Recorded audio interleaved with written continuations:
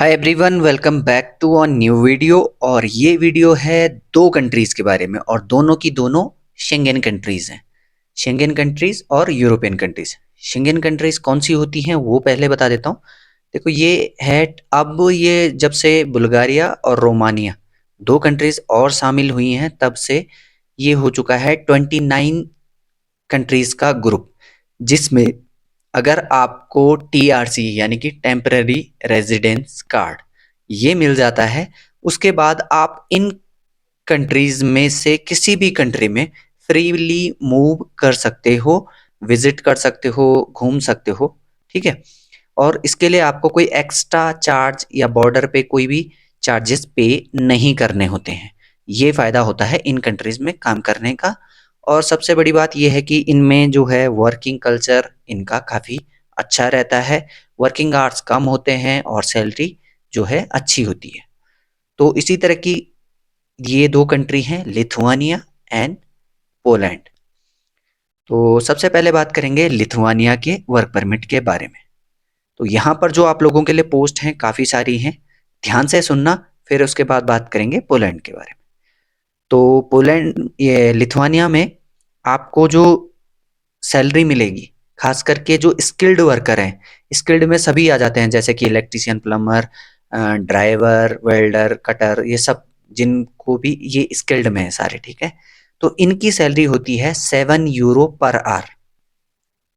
वहीं अगर बात करें अनस्किल्ड की, जैसे कि कोई भी वर्कर कैटेगरी, हेल्पर कैटेगरी, इनकी सैलरी रहती है 5 यूरो पर आवर।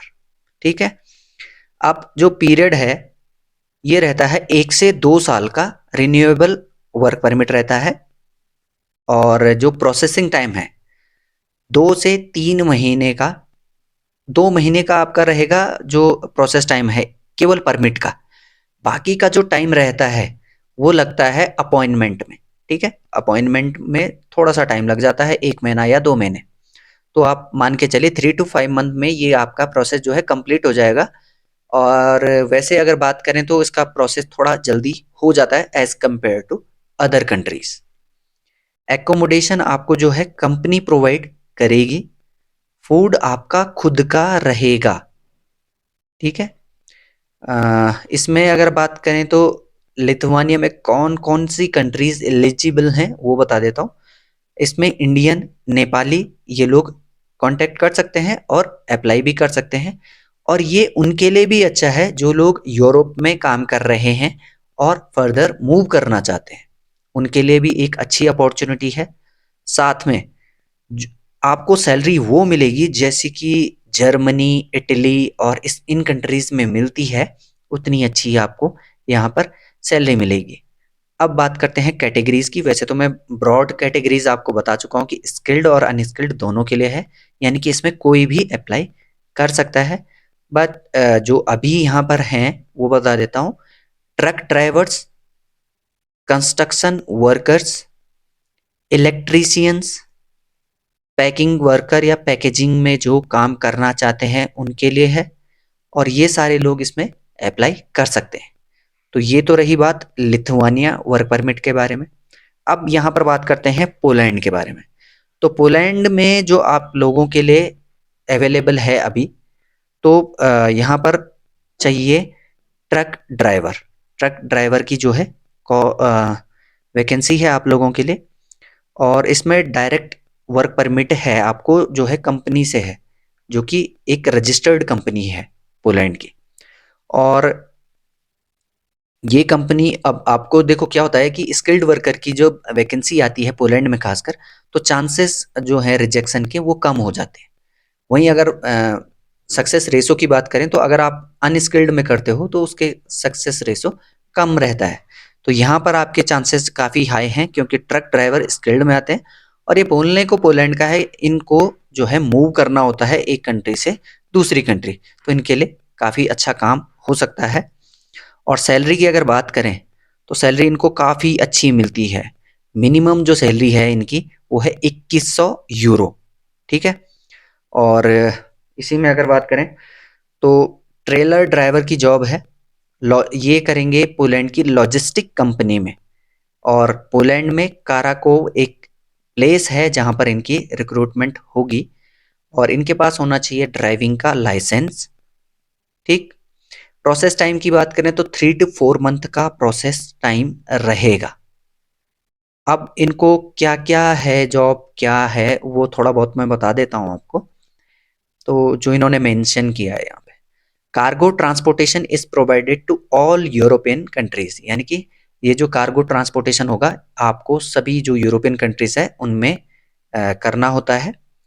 अब कौन कौन सी कंपनीज हैं, जैसे कि मर्सिडीज है, स्कैनिया है, वॉल्वो है, Euro 6 trucks are used in cargo transportation. ये ट्रक्स जो है यूज होते हैं कार्गो ट्रांसपोर्टेशन के लिए।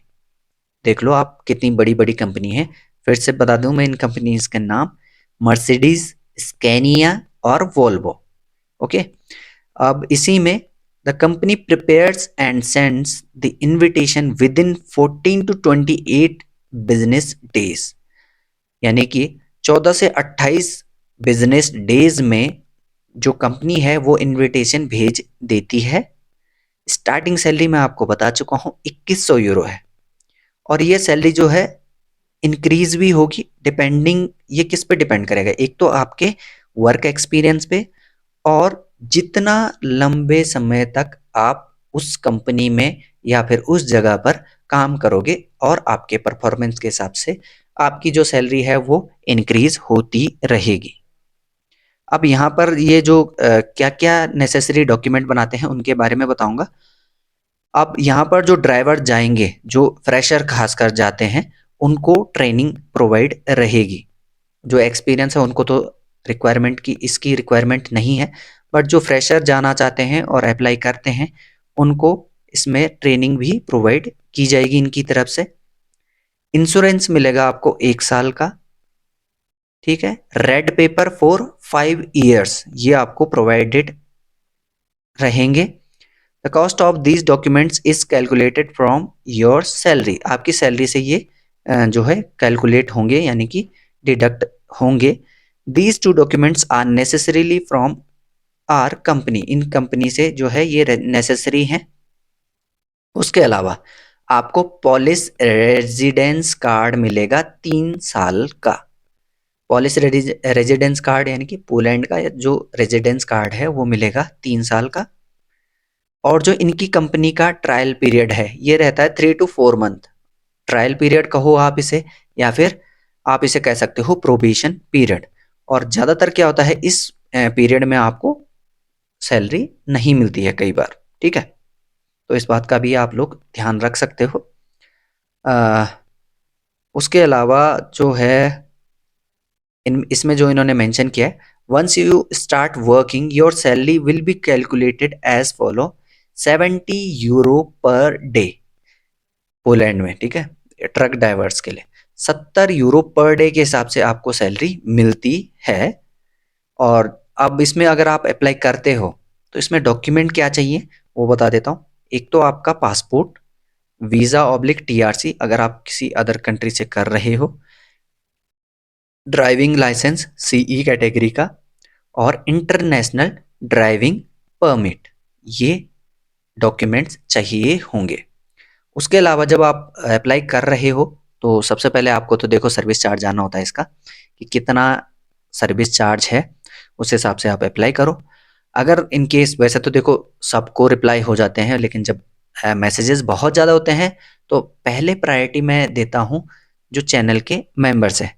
और वो चैनल की मेंबरशिप आप आराम से ले सकते हो, जहाँ पर इसी चैनल में सब्सक्राइब बटन के बगल में ज्वाइन का आ रहा होगा, आप उस पर क्लिक करें। अंदर आपको सारे सब्सक्रिप्शन के चार्जेस दिख जाएंगे, उनके साथ साथ उनके बेनिफिट क्या क्या हैं वो भी आपको दिख जाएंगे। अगर आप वो ले लेते हो तो आपको उनके बेनिफिट्स ज़रूर मिलेंगे, और आपको उसी हिसाब से सर्विस प्रोवाइड की जाएगी। तो अगर आप लोग लेना चाहें तो मेरा भी सपोर्ट होगा और आपको भी इसमें सपोर्ट मिलेगा। तो इस वीडियो में इतना ही, मिलते हैं अगली वीडियो में। Till then bye bye, take care.